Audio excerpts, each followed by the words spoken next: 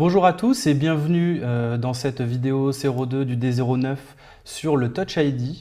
Alors le Touch ID, je vous ai déjà expliqué dans l'introduction, c'est ce qui vous permet en fait de vous loguer avec l'empreinte digitale, mais pas que, vous pouvez aussi demander une réauthentification de l'utilisateur avec son mot de passe. C'est tout à fait possible.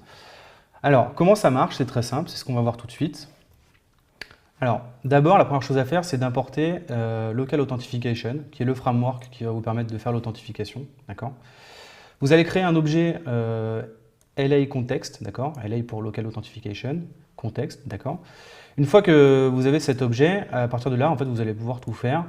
D'abord, on va pouvoir lui demander si on peut évaluer justement une policy d'ici. Donc là, on va lui demander si c'est bien l'owner du device, d'accord. Et vous pouvez avoir un error handler ici, vous pouvez mettre nil, d'accord, c'est pas très important de toute façon ici pour l'exemple. Donc cette méthode vous renvoie un booléen, d'accord, s'il peut être authentifié ou pas. Donc la plupart du temps ça va être vrai, d'accord. Mais vous pouvez demander aussi s'il peut s'authentifier spécifiquement avec le Touch ID, c'est-à-dire avec l'empreinte digitale, d'accord.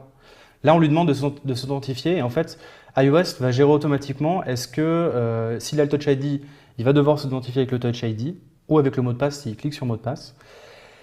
Et si le Touch ID n'est pas disponible parce que c'est un vieux device ou je ne sais pas parce qu'il est cassé ou n'importe quoi, il va pouvoir quand même s'identifier avec son mot de passe. D'accord. Donc là en fait on le laisse gérer lui-même. Donc s'il peut le faire, eh ben, on va lui demander de le faire, tout simplement, d'accord. Donc pareil, quel moyen d'authentification? On va lui demander le même. Et une raison. D'accord. Ça peut être sympa parce qu'en fait, ce qui va se passer, c'est qu'au moment où on va effectuer ce code-là, une petite pop-up en alerte va arriver sur l'écran et va demander du coup l'authentification. Et là, il faut peut-être se justifier un petit peu, lui demander pourquoi est-ce que vous avez besoin d'être authentifié. Alors, vous n'êtes pas obligé, mais c'est quand même mieux de lui dire. Ça doit rester très court, hein, c'est sur une petite alerte, donc vous n'allez pas mettre un gros pavé, bien sûr.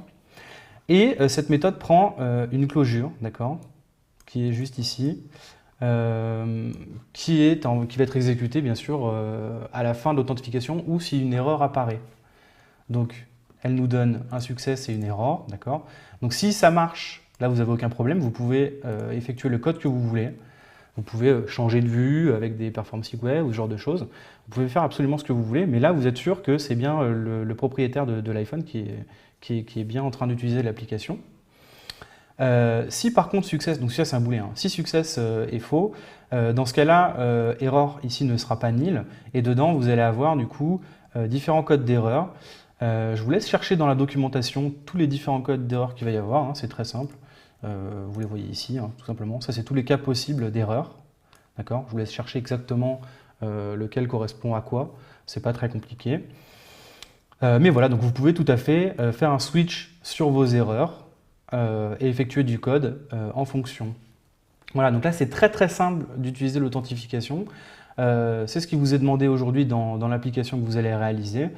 Donc je ne vous en montre pas plus puisque là il y a quasiment tout est fait. Voilà, je vous retrouve tout de suite pour la prochaine vidéo.